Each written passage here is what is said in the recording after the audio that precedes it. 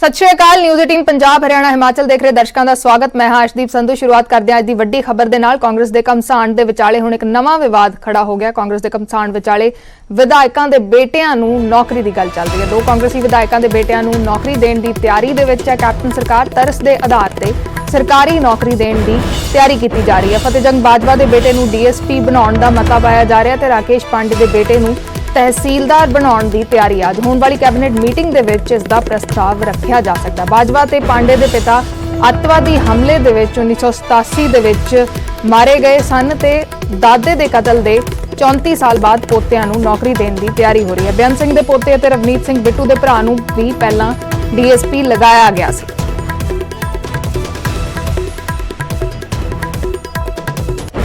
इस खबर से वधेरे जानकारी के लिए साडे सहयोगी पंकज कपाही लाइव जुड़े हुए हैं।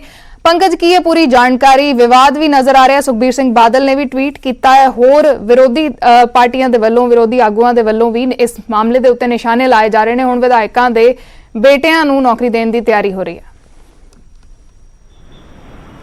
देखो 80 विधायक जिहड़े ने दिल्ली सद्दे गए ने और 80 विधायक अपने अपने शिकवे अपनी अपनी नाराज़गी जिहड़ी व्यक्त कर रहे हैं और ये कह रहे हैं कि अफसरशाही भारी है, साडियां फाइलां ही क्लीयर नहीं हो पा रही, साडे काम ही जिहड़े ने नहीं हो पा रहे। और इस विचाले जानकारी ये मिली है, सोर्सेज तो जानकारी ये मिली है कि दो अजिहे विधायक ने फतेह सिंह बाजवा और राकेश पांडे, इन्हां दे परिवार जिहड़े ने अतवाद के दौर च अतवाद नाल लड़े सी, उस खाड़कू लहर दे विच लड़े सीगे और राकेश पांडे के पिता शहीद होए सी, फतेह सिंह बाजवा के पिता उस वेले शहीद होए सी खाड़कू लहर दे विच। तां हुण ये कहा जा रहा है कि 2017-18 तो ये फाइलां लगाईयां होईयां सीगियां, दोहां दे बेटे नूं जिहड़ी नौकरी दित्ती जावे, तहसीलदार लगाया जावे, पुलिस दे विच एडजस्ट किया जावे। तां हुण जदों पूरा घमासान मचिया होया, काटो कलेश वधिया होया, तां उस वेले विधायकां नूं मनाउण दी कोशिश की जा रही है, विधायकां दे परिवारां नूं एडजस्ट करन दी कोशिश की जा रही है और विरोधी जिहड़े ने तंज कस रहे हैं। अकाली दल का यह कहना है कि पंजाब दे विच घर घर रोज़गार देने का दावा करने वाली कांग्रेस हुण विधायकों के बेटियां नूं ही रोज़गार जिहड़ी है वो दिंदी हुई नज़र आ रही है और जल्द ये फाइलां जिहड़ियां ने वो क्लीयर होणगियां। हालांकि पहला ਜਿਹੜੇ संबंधित अधिकारी ने वो इस गल नूं लैके फाइलां रोक के बैठे हुए सीगे, क्लीयर इस करके फाइलां नहीं कर रहे सीगे कि तरस के आधार पर ये दोहां दे बेटियां नूं जिहड़ी नौकरी देने की गल की जा रही है। लेकिन जिन्हां दे फादर विधायक होण, उन्हां दी सरकार होवे तां किवें तरस के आधार पर जिहड़ी नौकरी दी जा सकती है। लेकिन हुण जदों काटो कलेश मचिया होया तां मुख्यमंत्री भी ये फाइलां क्लीयर करते हुए नज़र आ रहे हैं। जल्द जिहड़ा वह तहसीलदार और DSP जिहड़ा वह दोहें विधायकों के बच्चों नूं जिहड़ा वह एडजस्ट किया जा सकता है। और इस दे नाल नाल ये भी जानकारी मिल रही है कि दो होर विधायक ने जिन्हां दे बच्चों नूं एडवोकेट जनरल के दफ्तर दे विच भी लगाया जा सकता है, एडिशनल एडवोकेट या जिहड़ा वह असिस्टेंट एडवोकेट जनरल जिहड़ा वह वो नियुक्त किया जा सकता है। तो किते ना किते विधायकों नूं मनाउण दी कोशिश दे विच इस वेले मुख मंत्री दफ्तर भी जिहड़ा वह जुट गया और जिहड़े अधिकारी फाइलां नहीं क्लीयर कर रहे सी, जिहड़े अधिकारी फाइलां रोक के बैठे हुए सीगे, वो भी हुण क्लीयर करते हुए नज़र आ रहे हैं। जी पंकज, जिवें तुसीं दस रहे हो कि हुण क्योंकि कांग्रेस दे विच पहलां ही विवाद चल रहा है, लगातार घमासान चल रहा है, तो एक पासे हाईकमान की कमेटी बैठकां कर रही है, अज भी बैठकां होणीआं ने, ते उसे दे चलदे तुहानूं लगदा कि उसे दे तरस दे उत्ते इस किस्म दी कोशिशां कीतीआं जा रहीआं ने कि ज़्यादा तो ज़्यादा विधायक किस दे खेमे च या किस दे पाले च आ सकदे ने?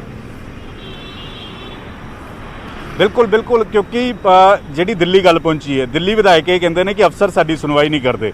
दिल्ली ये कहते हैं कि साडियां फाइलां जिहड़ियां ने वो दब के बैठे हुए ने, साडे काम जिहड़े ने वो मुकम्मल नहीं हो पा रहे और अफसरां ते गुस्सा जिहड़ा वह वो दिल्ली दरबार जिहड़ा वह नज़र आ रहा है। और बहुत सारे अजिहे विधायक ने जिन्हां ने कैप्टन अमरिंदर सिंह की शिकायत की है कि उन्हां दे वजह करके ही अफसर जिहड़े ने वो मौजूदा सरकार के विधायकों के भारी पै रहे हैं। और ये जिहड़े दोवें फाइलां अप्लाई कीतियां होईयां ने, ये एक हफ्ते या एक महीना या 6 महीने पुरानियां नहीं ने, बल्कि 2017-18 दी फाइलां जिहड़ियां ने वो अप्लाई कीतियां होईयां तहसीलदार के तौर पर और जिहड़ा वा DSP के तौर पर। उदों तो ये फाइलां रोकियां होईयां सी। कोई ना कोई अधिकारी ये कह दिंदा सीगा कि तरस दा आधार बनता ही नहीं है, क्योंकि मौजूदा फादर विधायक ने और नौकरी उसनूं मिलती है अगर किसी के फादर शहीद हो जाता, उसके बेटे नूं नौकरी जिहड़ी है उसका घर के हालात किहो जिहे ने उस आधार पर दी जाती है। लेकिन अगर किसी का ਫਾਦਰ ਕਿਸੇ ਦਾ ਪਿਤਾ ਅਗਰ ਵਿਧਾਇਕ ਹੈ ਔਰ ਉਹਨਾਂ ਦੀ ਸਰਕਾਰ ਹੈ ਤਾਂ ਕਿਵੇਂ ਨੌਕਰੀ ਦੇ ਦਈਏ। ਤਾਂ ਇਸ ਕਰਕੇ 3 ਸਾਲਾਂ ਤੋਂ 4 ਸਾਲਾਂ ਤੋਂ ਇਹ ਫਾਈਲਾਂ ਰੁਕੀਆਂ ਹੋਈਆਂ ਸੀਗੀਆਂ, ਲੇਕਿਨ ਹੁਣ ਜਾਣਕਾਰੀ ਇਹ ਮਿਲ ਰਹੀ ਹੈ ਕਿ ਹੋਮ ਡਿਪਾਰਟਮੈਂਟ ਵੱਲੋਂ ਇਹ ਫਾਈਲਾਂ ਕਲੀਅਰ ਕਰ ਦਿੱਤੀਆਂ ਗਈਆਂ ਨੇ। ਜਲਦ ਜਿਹੜੇ ਨੇ ਨਿਯੁਕਤੀ ਹੋ ਸਕਦੀ ਹੈ ਦੋਹਾਂ ਹੀ ਵਿਧਾਇਕਾਂ ਦੇ ਬੇਟਿਆਂ ਦੀਆਂ। ਬਿਲਕੁਲ ਪੰਕਜ, ਸਵਾਲ ਇਹੀ ਬਣਦਾ ਹੈ ਕਿ ਜਿਵੇਂ ਤੁਸੀਂ ਕਹਿ ਰਹੇ ਹੋ ਕਿ ਦਾਦੇ ਦੇ ਕਤਲ ਹੋਇਆ ਸੀਗਾ, ਦੋਵਾਂ ਦੇ ਦਾਦੇ ਸ਼ਹੀਦ ਹੋਏ ਸੀਗੇ ਤੇ ਉਸ ਤੋਂ ਬਾਅਦ ਹੁਣ 34 ਸਾਲ ਤੋਂ ਬਾਅਦ ਇਹ ਜਿਹੜੀਆਂ ਫਾਈਲਾਂ ਨੇ ਉਹਨਾਂ ਦੇ ਉੱਤੇ ਕੋਈ ਕਾਰਵਾਈ ਹੋਣ ਦੀ ਉਮੀਦ ਲੱਗ ਰਹੀ ਹੈ ਤੇ ਸਵਾਲ ਉਹੀ ਉੱਠਦਾ ਹੈ ਕਿ 34 ਸਾਲ ਬਾਅਦ ਕਿਉਂ, ਹੁਣ ਕਿਉਂ?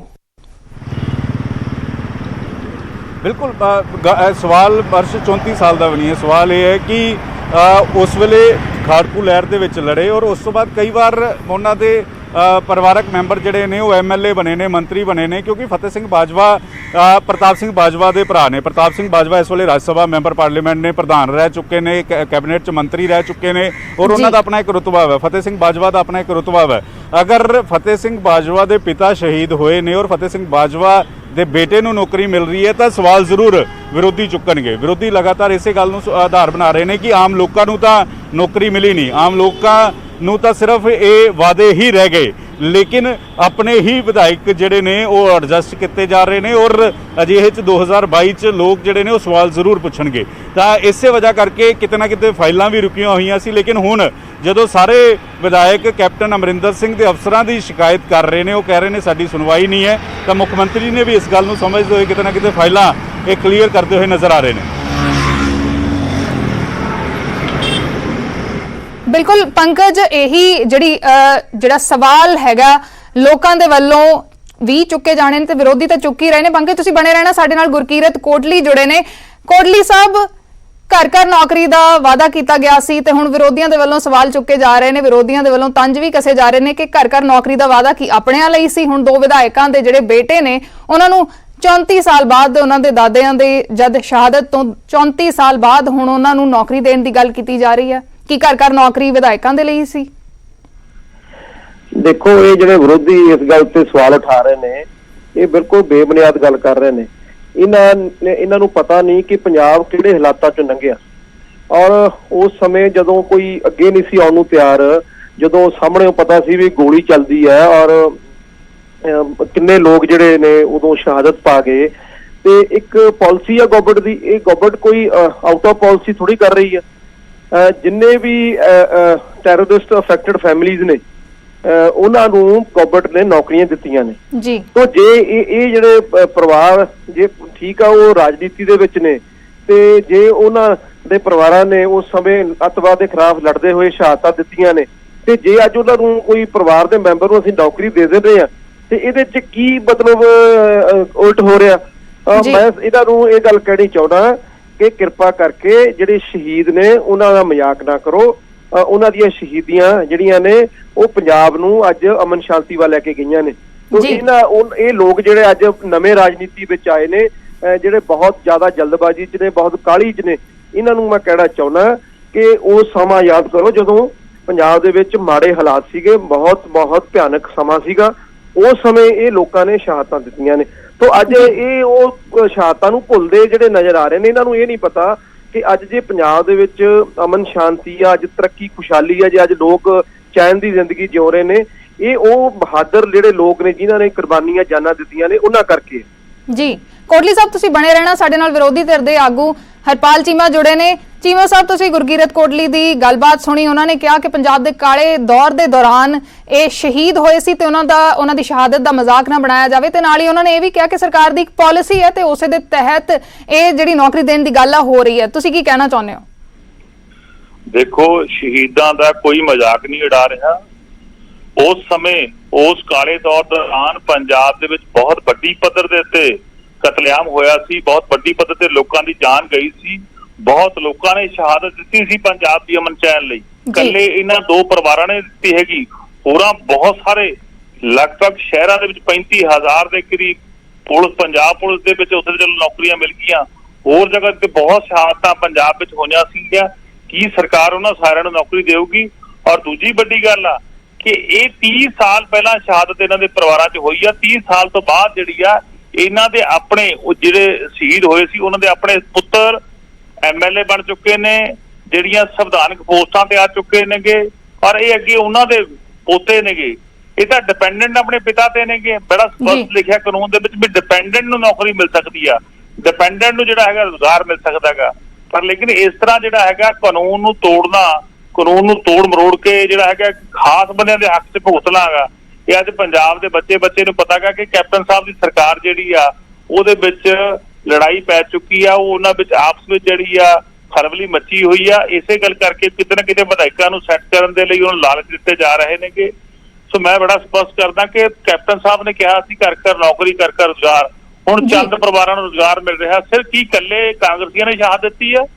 ਪੰਜਾਬ ਵਿੱਚ CPI ਦੇ, CPM ਦੇ ਹੋਰ ਦੂਜੇ ਜਿਹੜੇ ਗਰੁੱਪ ਨੇ, ਜਿਹੜੇ ਮੈਂ ਨਾਂ ਨਹੀਂ ਇੱਥੇ ਜ਼ਿਆਦਾ ਲੈ ਸਕਦਾ, ਉਹ ਸਾਰੇ ਲੋਕਾਂ ਨੇ ਸ਼ਹਾਦਤਾਂ ਦਿੱਤੀਆਂ ਨੇਗੀਆਂ ਕਿ ਉਹਨਾਂ ਨੂੰ ਨੌਕਰੀਆਂ ਮਿਲ ਗਈਆਂ, ਕਿ ਉਹਨਾਂ ਨੂੰ ਡਿਪਟੀ ਲਾਤਾ, DSP ਲਾਤਾ, ਤਹਿਸੀਲਦਾਰ ਲਾਤਾ। ਕੀ ਸਿਰਫ ਚੰਦ ਪਰਿਵਾਰ, ਸਿਰਫ ਉਹਨਾਂ ਕਾਂਗਰਸੀ ਪਰਿਵਾਰਾਂ ਨੇ ਸ਼ਹਾਦਤ ਦਿੱਤੀ ਹੈਗੀ? ਸੋ ਸ਼ਹਾਦਤ ਦਾ ਰਾਜਨੀਤੀਕਰਨ ਨਹੀਂ ਹੋਣਾ ਚਾਹੀਦਾ। ਮੈਰਿਟ ਦੇ ਆਧਾਰ ਤੇ ਜੇ ਕਾਨੂੰਨ ਬਣੇ ਹੁੰਦਾ, ਕਾਨੂੰਨਾਂ ਦੇ ਆਧਾਰ ਤੇ ਹੋਣਾ ਚਾਹੀਦਾ। ਕੈਪਟਨ ਸਾਹਿਬ ਨੇ ਆਪਣਾ ਵਾਅਦਾ ਕੀਤਾ ਸੀ ਪੰਜਾਬ ਦੇ ਲੋਕਾਂ ਨੇ ਘਰ ਘਰ ਰੁਜ਼ਗਾਰ ਦਾ, ਘਰ ਘਰ ਨੌਕਰੀ ਦਾ। ਕੈਪਟਨ ਸਾਹਿਬ ਵਾਅਦਾ ਪੂਰਾ ਕਰਨ। ਇਹ ਬਿਲਕੁਲ ਜਿਹੜੀਆਂ ਨਿਯੁਕਤੀਆਂ ਹੋ ਰਹੀਆਂ ਨੇ ਗੈਰ ਸੰਵਿਧਾਨਕ ਨੇਗੀਆਂ, ਸੰਵਿਧਾਨ ਦੇ ਮੁਤਾਬਕ ਨਹੀਂ ਹੋ ਰਹੀਆਂ, ਰੂਲਾਂ ਦੇ ਮੁਤਾਬਕ ਨਹੀਂ ਹੋ ਰਹੀਆਂ, ਰੂਲਾਂ ਨੂੰ ਛਿੱਕੇ ਟੰਕੇ ਹੋ ਰਹੀਆਂ ਨੇਗੀਆਂ। ਆਮ ਆਦਮੀ ਪਾਰਟੀ ਦਾ ਡਟ ਕੇ ਵਿਰੋਧ ਕਰਦੀ ਹੈ। ਜੀ ਚੀਮਾ ਸਾਹਿਬ ਤੁਸੀਂ ਬਣੇ ਰਹਿਣਾ, ਸਾਡੇ ਨਾਲ ਕੋਟਲੀ ਸਾਹਿਬ ਜੁੜੇ ਹੋਏ। ਕੋਟਲੀ ਸਾਹਿਬ ਤੁਸੀਂ ਗੱਲਬਾਤ ਸੁਣੀ, ਹਰਪਾਲ ਚੀਮਾ ਨੇ ਕਿਹਾ ਕਿ ਕਾਨੂੰਨ ਤੋੜ ਕੇ ਨਿਯੁਕਤੀਆਂ ਕਰਨ ਦੀ ਕੋਸ਼ਿਸ਼ ਹੋ ਰਹੀ ਹੈ, ਕਿ ਜਿਹੜੇ ਕਾਨੂੰਨ ਦੇ ਵਿੱਚ ਮੈਂਸ਼ਨਡ ਹੈਗਾ ਕਿ ਡਿਪੈਂਡੈਂਟ ਨੂੰ ਹੀ ਨੌਕਰੀ ਦਿੱਤੀ ਜਾ ਸਕਦੀ ਹੈ, ਤੇ ਹੁਣ ਇਹ ਜਿਹੜੇ ਬੱਚਿਆਂ ਨੂੰ ਨੌਕਰੀ ਦੇਣ ਦੀ ਗੱਲ ਹੈ, ਜਿਹੜੇ ਵਿਧਾਇਕਾਂ ਦੇ ਬੇਟਿਆਂ ਨੂੰ ਨੌਕਰੀ ਦੇਣ ਦੀ ਗੱਲ ਹੈ, ਤੇ ਉਹ ਤਾਂ ਆਪਣੇ ਪਿਤਾ ਤੇ ਡਿਪੈਂਡੈਂਟ ਨੇ, ਦਾਦੇ ਦੇ ਹਵਾਲੇ ਦੇ ਨਾਲ ਉਹਨਾਂ ਨੂੰ ਕਿਵੇਂ ਨੌਕਰੀ ਦਿੱਤੀ ਜਾ ਸਕਦੀ ਹੈ? ਦੇਖੋ ਹਰਪਾਲ ਜੀ, ਇਹਨਾਂ ਨੂੰ ਪਤਾ ਨਹੀਂ, ਇਹ ਉਹ ਕਾਲੇ ਦੌਰ ਦੇ ਜ਼ਮਾਨ ਮੈਨੂੰ ਲੱਗਦਾ ਪੈਦਾ ਵੀ ਨਹੀਂ ਸੀ ਹੋਏ। ਅੱਜ ਇਹ ਗੱਲਾਂ ਵੱਡੀਆਂ ਕਰ ਰਹੇ ਨੇ। ਸਰਕਾਰ ਦੀ ਪਾਲਿਸੀ ਦੇ ਤਹਿਤ ਜੋ ਵੀ ਲੋਕ ਉਸ ਕਾਲੇ ਦੌਰ 'ਚ ਮਾਰੇ ਗਏ, ਉਹਨਾਂ ਦੇ ਹਰ ਪਰਿਵਾਰ ਨੂੰ ਇੱਕ ਨਹੀਂ, ਕਈਆਂ ਨੂੰ 2-2 ਨੌਕਰੀਆਂ ਤੱਕ ਵੀ ਦਿੱਤੀਆਂ ਸਰਕਾਰ ਨੇ ਜੀ। ਔਰ ਜਿੱਥੇ ਵੀ ਕਿਤੇ ਕੋਈ ਮੰਗ ਉੱਠੀ ਆ, ਉੱਥੇ ਸਰਕਾਰ ਨੇ ਉਹਨਾਂ ਨੂੰ ਉਹਨਾਂ ਦੀ ਕਾਬਲੀਅਤ ਦੇ ਮੁਤਾਬਕ ਨੌਕਰੀਆਂ ਦਿੱਤੀਆਂ ਨੇ।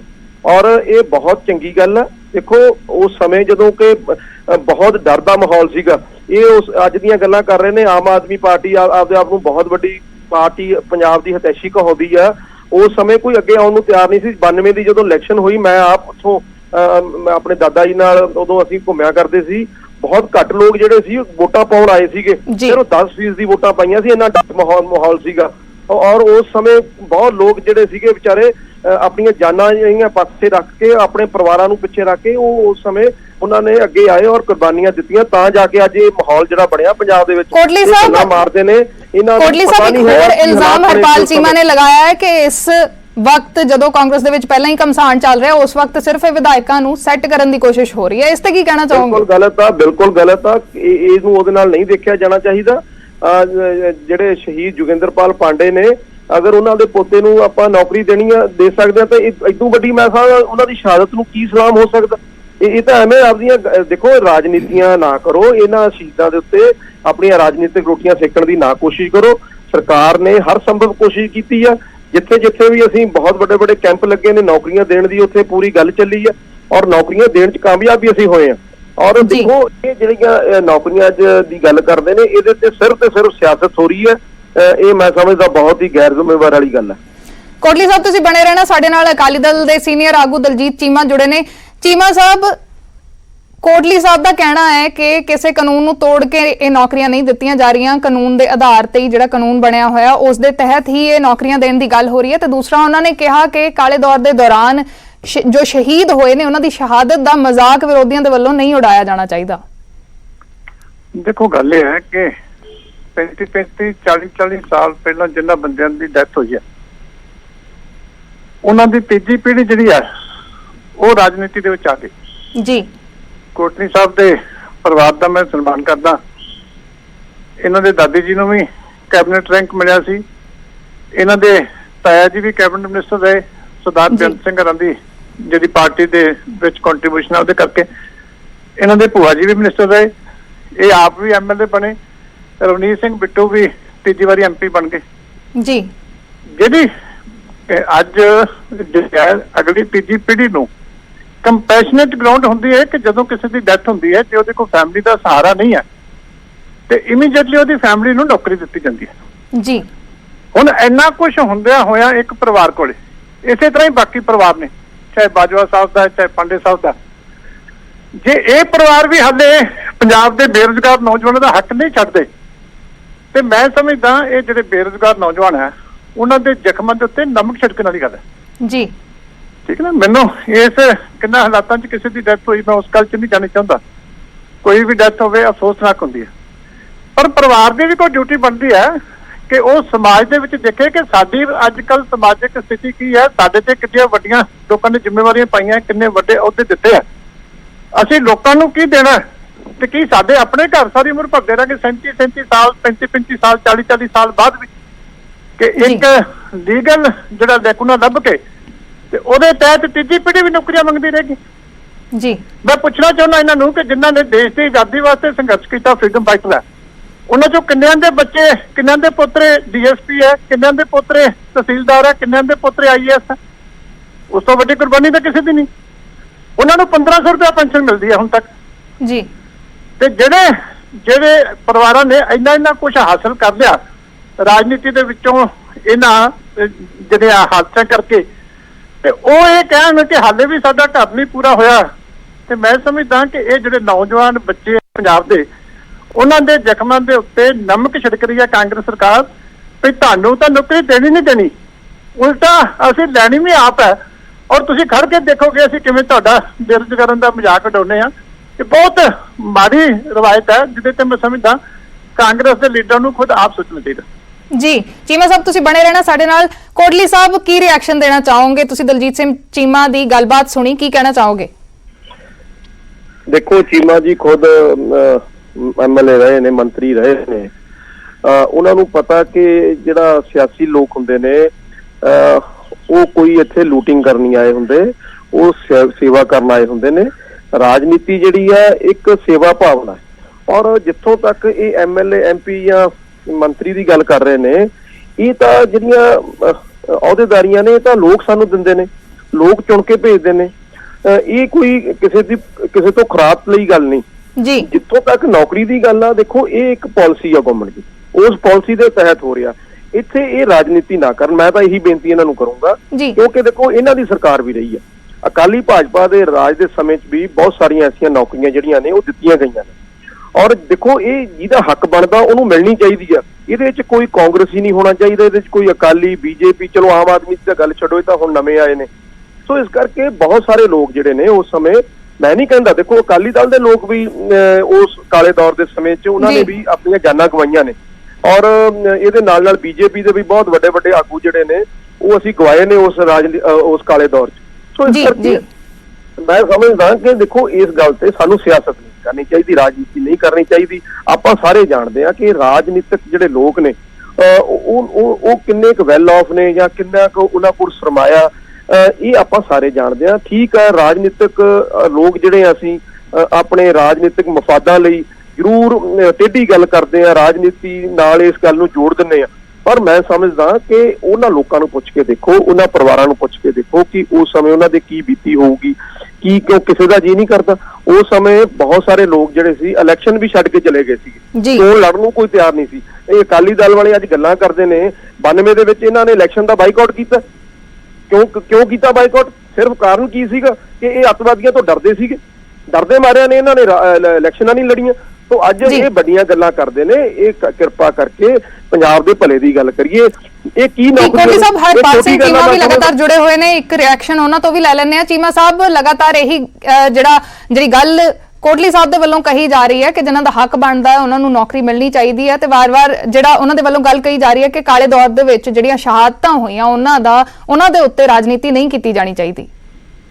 देखो ये तो कोई राजनीति नहीं करता, बट मैं स्पष्ट करना चाहूंगा कि कैप्टन साहब का वादा सी कर नौकरी कैप्टन साहब फेल होए ने कि कैप्टन साहब जी कांग्रेस पार्टी की घमसान मचा होयागा ਉਹਦੇ ਵਿੱਚ ਦੋ ਵਿਧਾਇਕਾਂ ਨੂੰ ਸੈੱਟ ਕਰਨ ਲਈ, ਦੋ ਪਰਿਵਾਰਾਂ ਨੂੰ ਸੈੱਟ ਕਰਨ ਲਈ ਯਤਨ ਕਰ ਰਹੇ ਨੇ ਕਿ ਅੱਜ 30-35 ਸਾਲਾਂ ਬਾਅਦ ਕੈਪਟਨ ਸਾਹਿਬ ਨੂੰ ਉਹਨਾਂ ਦੀ ਸ਼ਹਾਦਤ ਯਾਦ ਆਈ ਆ।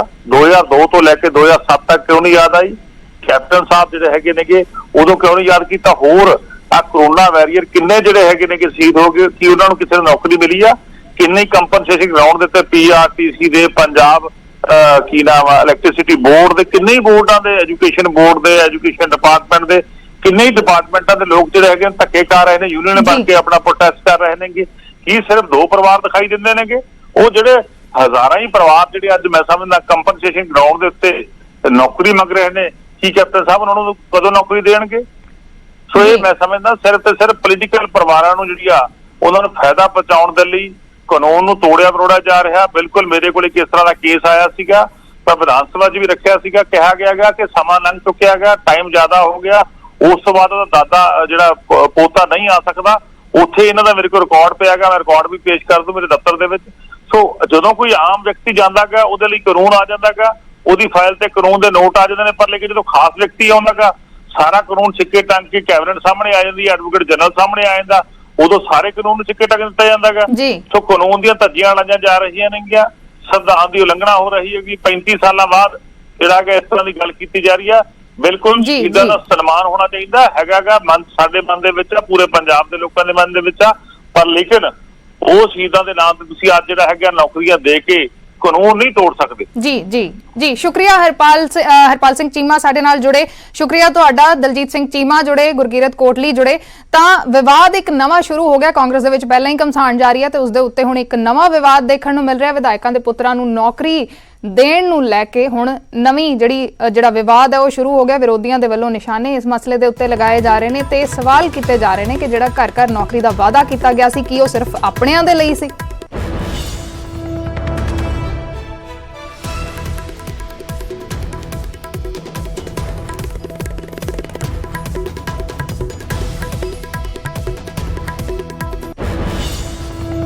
ਤੇ ਵਿਧਾਇਕਾਂ ਦੇ ਪੁੱਤਰਾਂ ਨੂੰ ਨੌਕਰੀ ਦੇ ਮਸਲੇ ਨੂੰ ਲੈ ਕੇ ਸੁਖਬੀਰ ਸਿੰਘ ਬਾਦਲ ਵੀ ਭੜਕ ਉੱਠੇ ਨੇ। ਉਹਨਾਂ ਨੇ ਕਿਹਾ ਕਿ ਘਰ ਘਰ ਨੌਕਰੀ ਸਿਰਫ ਕਾਂਗਰਸੀਆਂ ਲਈ ਹੀ ਹੈ ਤੇ ਉਹਨਾਂ ਨੇ ਕਿਹਾ ਕਿ ਪਹਿਲਾਂ ਸੰਸਦ ਦੇ ਭਰਾ ਤੇ ਹੁਣ ਵਿਧਾਇਕਾਂ ਦੇ ਪੁੱਤਰਾਂ ਨੂੰ ਵੀ ਨੌਕਰੀ ਦਿੱਤੀ ਜਾ ਰਹੀ ਹੈ। ਸੱਤਾ ਚੋਣ ਤੇ ਅਜਿਹੀਆਂ ਨਿਯੁਕਤੀਆਂ ਨੂੰ ਅਸੀਂ ਰੱਦ ਕਰ ਦੇਵਾਂਗੇ। ਸੁਖਬੀਰ ਸਿੰਘ ਬਾਦਲ ਦਾ ਕਹਿਣਾ ਹੈ। ਫਤਿਹ ਜੰਗ ਬਾਜਵਾ ਤੇ ਰਾਕੇਸ਼ ਪਾਂਡੇ ਦੇ ਬੇਟੇ ਦੇ ਨੌਕਰੀ ਦੇ ਮਸਲੇ ਨੂੰ ਲੈ ਕੇ ਇਹ ਟਵੀਟ ਸੁਖਬੀਰ ਸਿੰਘ ਬਾਦਲ ਦੇ ਵੱਲੋਂ ਕੀਤਾ ਗਿਆ। ਟਵੀਟ ਦੇ ਵਿੱਚ ਉਹਨਾਂ ਨੇ ਲਿਖਿਆ ਕਿ ਕੈਪਟਨ ਅਮਰਿੰਦਰ ਸਿੰਘ ਦੀ ਘਰ ਘਰ ਨੌਕਰੀ ਮੁਹਿੰਮ ਸਿਰਫ ਕਾਂਗਰਸੀਆਂ ਲਈ ਹੈ। ਪਹਿਲਾਂ ਸਾਬਕਾ ਮੁੱਖ ਮੰਤਰੀ ਬੇਅੰਤ ਸਿੰਘ ਦੇ ਪੋਤੇ ਅਤੇ ਸਾਂਸਦ ਰਵਨੀਤ ਸਿੰਘ ਬਿੱਟੂ ਦੇ ਭਰਾ ਤੇ ਹੁਣ ਵਿਧਾਇਕ ਫਤਿਹ ਜੰਗ ਬਾਜਵਾ ਤੇ ਰਾਕੇਸ਼ ਪਾਂਡੇ ਦੇ ਪੁੱਤਰਾਂ ਨੂੰ ਨੌਕਰੀ। ਅਕਾਲੀ ਦਲ ਸੱਤਾ ਚੋਣ ਤੇ ਅਜਿਹੀਆਂ ਸਾਰੀਆਂ ਨਿਯੁਕਤੀਆਂ ਨੂੰ ਰੱਦ ਕਰੇਗਾ ਜੋ ਯੋਗ ਉਮੀਦਵਾਰਾਂ ਦੇ ਹੱਕਾਂ ਨੂੰ ਖੋਹਣ ਦਾ ਕੰਮ ਕਰ ਰਹੀਆਂ ਨੇ। बड़ा दुख लग्या जो मैं अज अखबार पढ़िया कि कांग्रेस 2 कांग्रेसियां दे परिवारां नूं बच्चियां नूं नौकरी दे रही है। एक अपने फतेह जंग बाजवे दे बेटे नूं DSP लाउण लगी है कैबिनेट च, एक राकेश पांडे दे बेटे नूं तहसीलदार लाउण लगी है। उन्होंने की कीता जी? बेअंत सिंह दे परिवार दे उन्होंने दिता सी 20 साल बाद 30 साल बाद ਤੁਸੀਂ DSP ਲਾਣੇ ਆ। ਜਿਹੜਾ ਤੁਸੀਂ ਘਰ ਘਰ ਨੌਕਰੀ ਦਾ ਵਾਅਦਾ ਕੀਤਾ ਸੀ, ਜਿਹੜੇ ਲੋਕੀ ਕਿਸਾਨ ਸੰਘਰਸ਼ ਵਿੱਚ ਸ਼ਹੀਦ ਹੋ ਗਏ ਉਹਨਾਂ ਨੂੰ ਨੌਕਰੀ ਦੇਣ ਦਾ ਵਾਅਦਾ ਕੀਤਾ ਸੀ, ਜਿਹੜਾ ਕਰੋਨਾ ਨਾਲ ਸ਼ਹੀਦ ਹੋ ਗਏ ਉਹ ਪਰਿਵਾਰ ਜਿਹੜੇ ਪੂਰੇ ਪਰਿਵਾਰ ਤੇ ਵਿਚਾਰ ਖਤਮ ਹੋ ਗਏ ਉਹਨਾਂ ਨੂੰ ਸਹੂਲਤ ਦੇਣ ਦੀ ਫੈਸਲਾ ਕੀਤਾ ਸੀ, ਉਹ ਤਾਂ ਕੁਝ ਕੀਤਾ ਹੀ ਨਹੀਂ। 3 ਨੌਕਰ ਹੁਣ ਪਹਿਲੇ ਬੇਅੰਤ ਸਿੰਘ ਦੇ ਪੋਤਰੇ ਨੂੰ ਦਿੱਤੀਆਂ ਨੌਕਰੀ, ਹੁਣ ਆਪਣੇ फतेह जंग बाजवे दे बेटे नूं क्यों, किस वास्ते?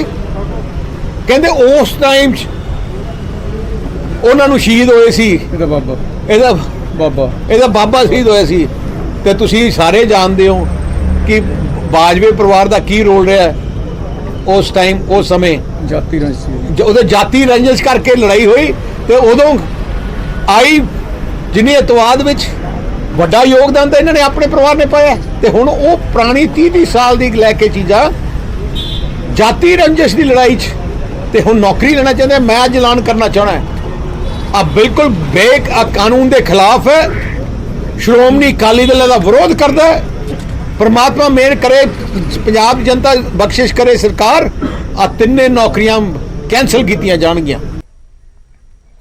ਅੱਗੇ ਵਧਦੇ ਹਾਂ। ਕਾਂਗਰਸ ਦੀ ਕਚਹਿਰੀ ਦਾ ਅੱਜ ਤੀਜਾ ਦਿਨ ਹੈ। ਘਮਸਾਨ ਸੁਲਝਾਉਣ ਲਈ ਕਾਂਗਰਸ ਦਾ ਮੰਥਨ ਲਗਾਤਾਰ ਜਾਰੀ ਹੈ। ਅੱਜ ਪ੍ਰਤਾਪ ਸਿੰਘ ਬਾਜਵਾ ਹਾਈ ਕਮਾਨ ਦੀ ਬਣਾਈ ਹੋਈ ਕਮੇਟੀ ਦੇ ਅੱਗੇ ਪੇਸ਼ ਹੋਣਗੇ। ਅੱਜ ਲਗਾਤਾਰ ਤੀਸਰੇ ਦਿਨ ਇਹ ਮੀਟਿੰਗਾਂ ਦਾ ਦੌਰ ਜਾਰੀ ਹੈ ਤੇ ਅੱਜ ਪ੍ਰਤਾਪ ਸਿੰਘ ਬਾਜਵਾ ਕਮੇਟੀ ਦੇ ਅੱਗੇ ਪੇਸ਼ ਹੋਣਗੇ।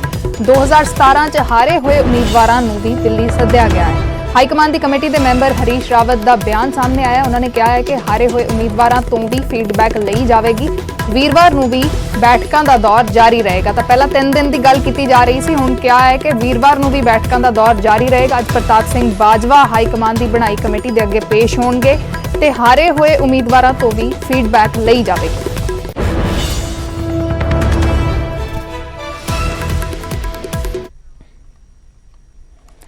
ਇਸੇ ਖਬਰ ਤੇ ਵਧੇਰੇ ਜਾਣਕਾਰੀ ਦੇ ਲਈ ਦਿੱਲੀ ਤੋਂ ਸਾਡੇ ਸਹਿਯੋਗੀ ਰਵੀ ਮਿश्रा ਤੇ चंडीगढ़ ਤੋਂ पंकज कपाही लाइव जुड़े हुए हैं। पहला दिल्ली चलते हैं। रवि, क्या तस्वीरें हैं इस वक्त वहां पर? आज भी मीटिंग का दौर जारी रहना है, 2 दिन हो गए हैं लगातार और आज भी मीटिंग होनी है।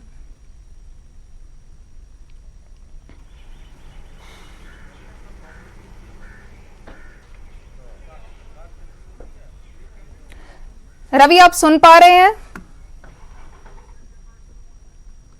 थोड़ी तकनीकी खराबी आ रही है। पहला पंकज कपाही कोल चलते हैं। पंकज, अज फिर मीटिंग होनी है। अज प्रताप सिंह बाजवा कमेटी के अगे अपने विचार रखणगे। कल नवजोत सिंह सिद्धू ते प्रगट सिंह मीटिंग तो बाद भी उन्हां दे जिहड़े तेवर ने उही नजर आए सी ते अज हुण प्रताप सिंह बाजवा जो खुद भी नाराज चले आ रहे ने, वो भी अज कमेटी के अगे पेश होणगे। की गलबात हो सकती है? देखो, ਅੱਜ 4 ਵਜੇ ਦੇ ਕਰੀਬ ਪ੍ਰਤਾਪ ਸਿੰਘ ਬਾਜਵਾ ਕਮੇਟੀ ਦੇ ਸਾਹਮਣੇ ਪੇਸ਼ ਹੋਣਗੇ ਔਰ ਫਾਰਮੂਲਾ ਨੰਬਰ 44 ਲੈ ਕੇ ਕਮੇਟੀ ਦੇ ਸਾਹਮਣੇ ਜਾ ਰਹੇ ਨੇ। ਫਾਰਮੂਲਾ ਨੰਬਰ 44 ਹੈ ਕਿ ਇਸ ਨੂੰ ਲੈ ਕੇ ਲਗਾਤਾਰ ਫਤਿਹ ਸਿੰਘ ਜਦੋਂ ਪ੍ਰਤਾਪ ਸਿੰਘ ਬਾਜਵਾ ਹੋਰਾਂ ਨੂੰ ਪੁੱਛਿਆ ਗਿਆ ਤਾਂ ਉਹਨਾਂ ਦਾ ਇਹ ਕਹਿਣਾ ਸੀਗਾ ਕਿ ਇਸ ਵੇਲੇ ਕਾਂਗਰਸ ਨੂੰ ਟਾਈਫਾਇਡ ਵਰਗੀ ਬਿਮਾਰੀ ਹੋਈ ਹੈ, ਕਾਂਗਰਸ ਨੂੰ ਪੀਲੀਆ ਨਾ ਹੋ ਜਾਏ, ਇਸ ਕਰਕੇ ਉਸ ਦਾ ਇਲਾਜ ਕਰਨ ਮੈਂ ਦਿੱਲੀ ਜਾ ਰਿਹਾ ਹਾਂ। ਯਾਨੀ ਕਿ ਕਮੇਟੀ ਦੇ ਸਾਹਮਣੇ ਜਿੱਥੇ ਸੁਨੀਲ ਜਾਖੜ ਹੋਰਾਂ ਦੀ ਸ਼ਿਕਾਇਤ ਕਰਨਗੇ ਉੱਥੇ ਹੀ ਅਫਸਰਸ਼ਾਹੀ ਕਿਸ ਤਰੀਕੇ ਦੇ ਨਾਲ ਹਾਵੀ ਰਹੀ ਹੈ ਉਸ ਦਾ ਜ਼ਿਕਰ ਹੋਏਗਾ। ਕਿਉਂਕਿ ਨਿਊਜ਼ 18 ਦੇ ਸੋਰਸਿਸ से ਜਾਣਕਾਰੀ ਦੇ ਰਹੇ ਨੇ ਕਿ ਅਜੇ ਤੱਕ 50 ਵਿਧਾਇਕ ਚੋਂ ਜ਼ਿਆਦਾਤਰ ਵਿਧਾਇਕਾਂ ਨੇ ਅਫਸਰਸ਼ਾਹੀ ਦੇ ਉੱਤੇ ਸਵਾਲ ਚੁੱਕੇ ਨੇ ਕਿ ਅਫਸਰਸ਼ਾਹੀ ਭਾਰੀ ਹੈ, ਕੈਪਟਨ ਅਮਰਿੰਦਰ ਸਿੰਘ ਨਾਲ ਗੱਲਬਾਤ ਨਹੀਂ ਹੋ ਪਾਉਂਦੀ ਔਰ ਅਫਸਰ ਕੰਮ ਨਹੀਂ ਕਰਦੇ। ਤਾਂ ਇਹ ਗੱਲਬਾਤ ਜਿਹੜੀ ਹੈ ਮੀਟਿੰਗ ਦੇ ਅੰਦਰ ਰੱਖੀ। ਉਸ ਤੋਂ ਬਾਅਦ ਅਸੀਂ ਦੇਖਿਆ ਕਿ 2 ਵਿਧਾਇਕਾਂ ਦੇ ਬੱਚਿਆਂ ਨੂੰ ਨੌਕਰੀ ਵੀ ਲੱਗਦੀ ਹੋਈ ਨਜ਼ਰ ਆਈ ਹੈ ਔਰ ਅੱਜ ਪ੍ਰਤਾਪ ਸਿੰਘ ਬਾਜਵਾ ਫਾਰਮੂਲਾ ਨੰਬਰ 44 ਲੈ ਕੇ ਜਾ ਰਹੇ ਨੇ ਤਾਂ ਕਿ ਕਿਸ ਤਰੀਕੇ ਦੇ ਨਾਲ ਕੈਪਟਨ ਅਮਰਿੰਦਰ ਸਿੰਘ ਤੇ ਅਟੈਕ ਕਰਦੇ ਨੇ, ਸੁਨੀਲ ਜਾਖੜ ਤੇ ਅਟੈਕ ਕਰਦੇ ਨੇ ਕਮੇਟੀ ਦੇ ਅੰਦਰ। ਕਿਉਂਕਿ ਪ੍ਰਤਾਪ ਬਾਜਵਾ ਹੋਰਾਂ ਨੇ ਤਾਂ 45 ਦਿਨ ਦਾ ਅਲਟੀਮੇਟਮ ਵੀ ਕੈਪਟਨ ਅਮਰਿੰਦਰ ਸਿੰਘ ਦੀ ਸਰਕਾਰ ਨੂੰ ਦਿੱਤਾ ਹੋਇਆ ਹੈ। जी पंकज, तुसीं बने रहो साडे नाल। दिल्ली तो जानकारी ले लैने आ। रवि जुड़े हुए ने। रवि, क्या तस्वीरें इस वक्त नजर आ रही हैं? जी बिल्कुल, देखिए अभी इस वक्त मैं 15 GRG वॉर रूम के बाहर मौजूद हूं और तकरीबन 11 बजे तमाम नेताओं का जो आने जाने का सिलसिला है वो शुरू हो जाता है। और आज की बैठक काफ़ी महत्वपूर्ण बैठक है क्योंकि प्रताप सिंह बाजवा यहाँ पर पहुँचेंगे, शमशेर सिंह दुल्लो यहाँ पर पहुँचेंगे, तमाम विधायक यहाँ पर पहुँचेंगे। और जो मुद्दा रहा है, आपको बता दूं, जो मुद्दा रहा है लगातार, जो अफसरशाही का मुद्दा है, पंजाब में जो ड्रग्स पैडलर्स का मुद्दा है, ट्रांसपोर्ट का मुद्दा है और जो बेदबी इशू में अब तक जो इंसाफ नहीं मिला है, तमाम मुद्दों को लेकर कहीं ना कहीं विधायकों में, जो सांसदों में नाराजगी है और यही आला कमान आज सुन रहा है। ये चौथे दौर की बैठक है। सबसे पहले जो बैठक हुई थी वो शनिवार को हुई थी जब तीनों कमेटी के सदस्य ने रूपरेखा तय की थी कि आखिर किस तरीके से विधायकों को बात करना है। उसके बाद सोमवार, मंगलवार और आज बुधवार, तो कल नवजोत सिंह सिद्धू आए थे। कल का दिन भी काफ़ी सुर्खियों में रहा। तमाम मुद्दों को नवजोत सिंह सिद्धू ने अपने अंदाज में, बेबाकी में कहा और उन्होंने साफ तौर पर कहा कि जिस स्टैंड पे मैं था, मैं हूँ, उस पर कायम रहूँगा। और आज पंजाब की राजनीतिक दृष्टिकोण से देखा जाए तो आज का दिन भी काफ़ी महत्वपूर्ण रहने वाला है। इसी 15 GRG वॉर रूम में दोबारा बैठक होने वाली है और तमाम विधायक हैं जो पंजाब के हैं, सांसद है, वो यहाँ पहुँचेंगे, आला कमान से अपनी बात रखेंगे। वहीं बता दूं अर्शदीप आपको कि जो आला कमान है, राहुल गांधी है, सोनिया गांधी है, तमाम विधायकों से वो भी बात कर रहे हैं और पूरे घटनाक्रम पर उनकी नज़र है। वो ये भी चाहते हैं कि आने वाले समय में 2022 के चुनाव से पहले ये जो 2 खेमा तैयार हो रहा है ये आपस में एक हो जाए, जो कि चुनाव में ग्राउंड लेवल पर कांग्रेस को मजबूती प्रदान करेगा। देखना ये होगा कि आज की बैठक में क्या कुछ रहता है। जी अर्शदीप। जी शुक्रिया रवि हमारे साथ जुड़ने के लिए। चंडीगढ़ तो पंकज कपाही जुड़े। पंकज तुहाडा भी शुक्रिया। तो अज फिर मीटिंग का दौर जारी रहना है। अज फिर हाईकमान की कमेटी के अगे वख-वख जिहड़े आगू ने वो पेश होणगे ते प्रताप सिंह बाजवा अज कमेटी के अगे अपना पक्ष रखणगे।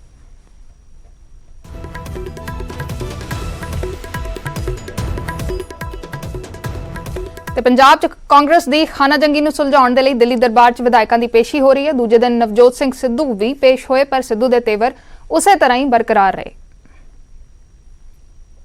पंजाब के सच और हक की आवाज मैंने हाईकमांड को बुलंद आवाज में बताई है। जीतेगा पंजाब, पंजाब को जिताना है। सीएम ते सिद्धा वार करन वाले नवजोत सिद्धू मंगलवार ਨੂੰ ਹਾਈਕਮਾਂਡ ਦੀ ਕਮੇਟੀ ਅੱਗੇ ਪੇਸ਼ ਹੋਏ ਅਤੇ ਆਪਣੇ ਜਾਣੇ ਪਛਾਣੇ ਅੰਦਾਜ਼ 'ਚ ਫਿਰ ਤੋਂ ਸਾਫ਼ ਕਰ ਦਿੱਤਾ ਕਿ ਉਹਨਾਂ ਦੇ ਰੁਖ 'ਚ ਕੋਈ ਬਦਲਾਅ ਨਹੀਂ ਆਇਆ।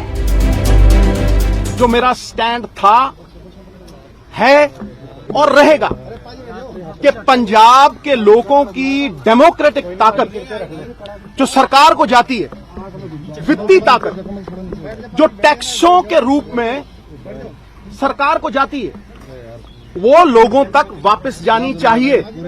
The power of the people must return to the people. Congress ਦੇ ਅੰਦਰ ਤਾਜ਼ਾ ਤਕਰਾਰ ਦੀ ਸ਼ੁਰੂਆਤ ਕਿਸੇ ਨੇ ਕੀਤੀ ਹੈ ਤਾਂ ਉਹ ਖੁਦ ਸਿੱਧੂ ਹੀ ਨੇ, ਕਿਉਂਕਿ ਬੇਅਦਬੀਆਂ ਦੀ ਤਫਤੀਸ਼ ਨੂੰ ਲੈ ਕੇ ਸਿੱਧੂ ਨੇ ਹੀ ਆਪਣੀ ਸਰਕਾਰ ਦੇ ਖਿਲਾਫ ਪਹਿਲਾ ਮੋਰਚਾ ਖੋਲ੍ਹਿਆ ਸੀ।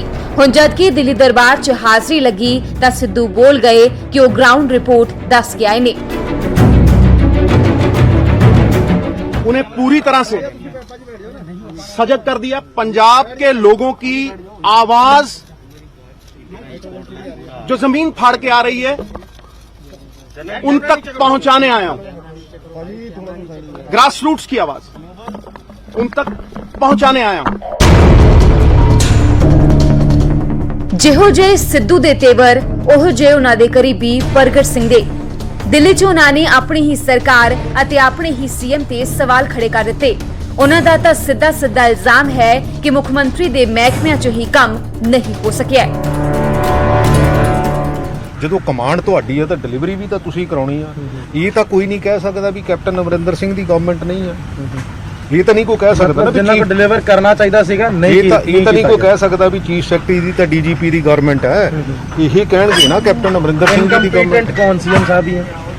ਦੇਖੋ ਅਲਟੀਮੇਟਲੀ ਜੇ ਇਹ ਨਹੀਂ ਹੋਇਆ ਔਰ ਖਾਸ ਕਰਕੇ ਸੀਐਮ ਸਾਹਿਬ ਦੇ ਜਿਹੜੇ ਮਹਿਕਮੇ ਆ ਉਹਨਾਂ ਨੇ ਨਹੀਂ ਡਿਲੀਵਰ ਕੀਤਾ ਤੇ ਐਂਡ ਆਫ ਦਾ ਡੇ ਕਾਂਗਰਸ ਦੀ ਕਚਹਿਰੀ 'ਚ ਸੁਣਵਾਈ ਦਾ ਦੂਜਾ ਦਿਨ ਸਿੱਧੂ ਦੀ ਮੌਜੂਦਗੀ ਨਾਲ ਤਾਂ ਖਾਸਾ ਸੁਰਖੀਆਂ 'ਚ ਰਿਹਾ, ਪਰ ਇਸ ਸਭ ਵਿਚਾਲੇ ਪਾਰਟੀ ਦੇ ਹੋਰ ਵਿਧਾਇਕ ਵੀ ਹਾਈਕਮਾਂਡ ਤੱਕ ਆਪਣੇ ਮਨ ਦੀ ਗੱਲ ਪਹੁੰਚਾ ਗਏ। ਕਈਆਂ ਨੇ ਖੁੱਲੇ ਤੌਰ ਤੇ ਕੈਮਰੇ ਦੇ ਸਾਹਮਣੇ ਵੀ ਜਜ਼ਬਾਤ ਬਿਆਨ ਕੀਤੇ ਤਾਂ ਕੁਝ ਦਬੀ ਜ਼ੁਬਾਨ 'ਚ ਹੀ ਕਾਫੀ ਕੁਝ ਕਹਿ ਗਏ।